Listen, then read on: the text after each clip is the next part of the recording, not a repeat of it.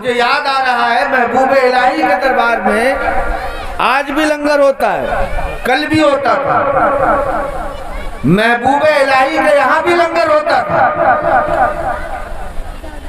कुछ बादशाह के चमचों ने बादशाह से कहा, बादशाह सलामत, पैसा आपका, मटेरियल आपका, दाल आपकी, चावल आपका, सारा मटेरियल आपका, और जब लंगर होता है तो नाम किसका होता है? महबूब इलाही का। बादशाह से कहने लगे, बोले पैसा आपका, मटेरियल आपका, सब कुछ आपका, और नाम किसका होता है? महबूब इलाही का। तो इन बादशाहों की अकलें भी यहाँ रहती थी ना। तो बादशाह भी कहने लगा, हाँ बात तो ठीक है यार, पैसा हमारा, मटेरियल हमारा, दाल हमारी, चावल हमारा, सब कुछ हमारा, और नाम महबूब इलाही का। असल में क्या है, जब जब बिगाड़ पैदा होता है तो इसमें चमचों का बड़ा नुमाया रोल होता है। जी जी जी जी। जब जब मुल्क की, जब जब राष्ट्र की सियासत में हलचल पैदा होती है, उसमें दलालों का नुमाया किरदार होता है। जब जब किसी कस्बे पे इन्हितात और जवाल का वक्त आता है तो भी दलालों का ही काम होता है, तो भी चमचों का ही लगे। बादशाह, मटेरियल आपका, सब कुछ आपका, नाम महबूब इलाही का। तो कहने लगा, जाके महबूब इलाही से कह देना बादशाह का चंदा बंद। बादशाह ने चंदा बंद कर दिया। बादशाह का चंदा बंद। एक चमचा आया बादशाह का, और आने के बाद महबूब इलाही निजामुद्दीन औलिया से कहने लगा, बादशाह का चंदा बंद। निजामुद्दीन ने कहा, इसको वापस बुलाओ। वापस बुलाया और कहने लगे, जाके अपने बादशाह से कह देना कि तेरा चंदा बंद हुआ है, निजामुद्दीन का लंगर बंद नहीं होगा। आज तक सिंगल लंगर चलता था, आज से डबल चलेगा। गुलाम चक्कर में पड़ गए, कहने लगे, एक लंगर करने के लिए बादशाह के चंदे की जरूरत थी, एक लंगर करने के लिए। अब बाबा ने कह दिया डबल, बाबा ने कह दिया डबल, तो गुलाम मुजाबिर खादिम इस चक्कर में थे कि एक लंगर करने के लिए चंदे की जरूरत थी, अब ये डबल कहां से होगा। लेकिन किसी में हिम्मत नहीं थी निजामुद्दीन औलिया के सामने लबकुशाई करे, जबान खोले। लेकिन निजामुद्दीन भी तो पीर है, सुभान अल्लाह। कौन है? पीर। पीर ही नहीं, रोशन जमीर निजामुद्दीन औलिया। कुछ बोले तो नहीं, लेकिन दिल पे नजर डाली मुरीदों के। काय पे? दिल पे। पीर कौन होता है? जो दिल पे नजर रखे। दिल पे नजर डाली और कहने लगे, मेरे गुलामों घबराओ मत, खादिमों घबराओ मत, परेशान मत हो। अरे जितना पैसा चाहो मेरे मुसल्ले के नीचे से उठा लिया करो। क्या कहने, सुभान अल्लाह, सुभान अल्लाह। बादशाह का चंदा बंद हुआ, निजामुद्दीन का लंगर बंद नहीं हुआ। लेकिन खबर आई, लंगर तो बंद नहीं हुआ, बादशाह का पेशाब बंद। पेशाब, डॉक्टरों को दिखाया पेशाब बंद, हकीमों को दिखाया पेशाब बंद, तबीबों को दिखाया पेशाब बंद। अरे भाई डॉक्टर था, इस वक्त का बादशाह है हमारे यहाँ मोदी, वो तो 1 मिनट में जहाँ चाहता है वहाँ चला जाता है। अब वो यहाँ रहता ही कहाँ है।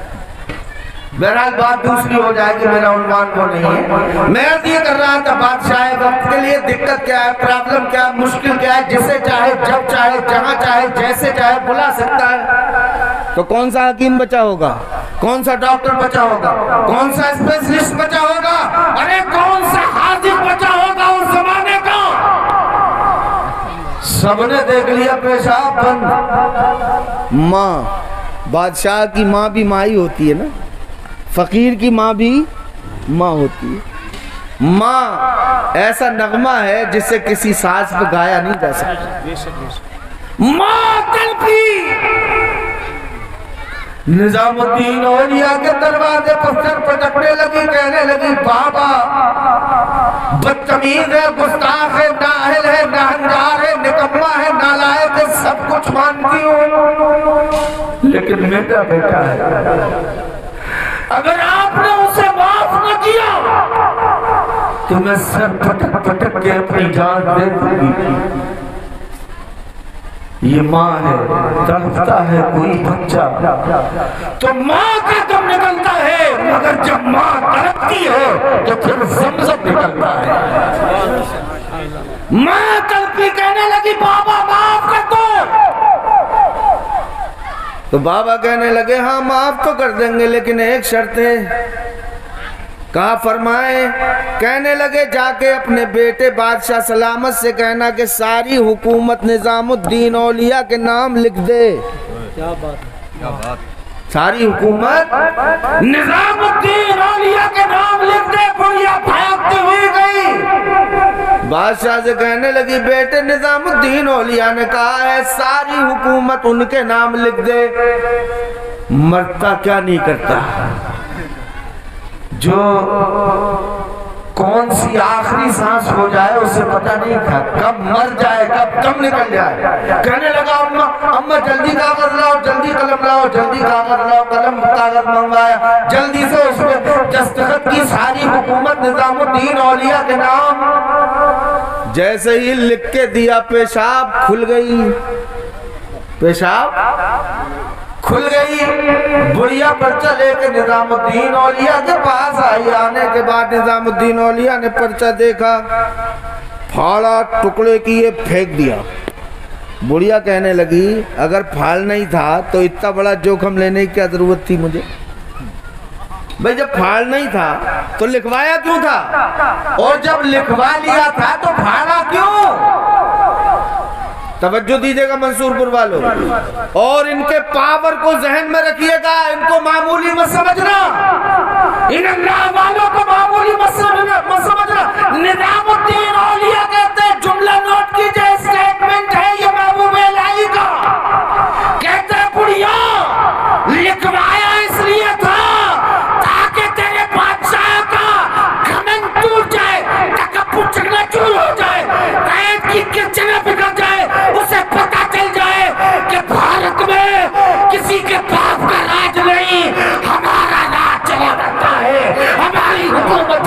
नारे तकबीर, नारे रिसालत, फैज़ान औलिया इकराम, उर्से रौनक़े मिल्लत। और कहा फाड़ क्यों दिया?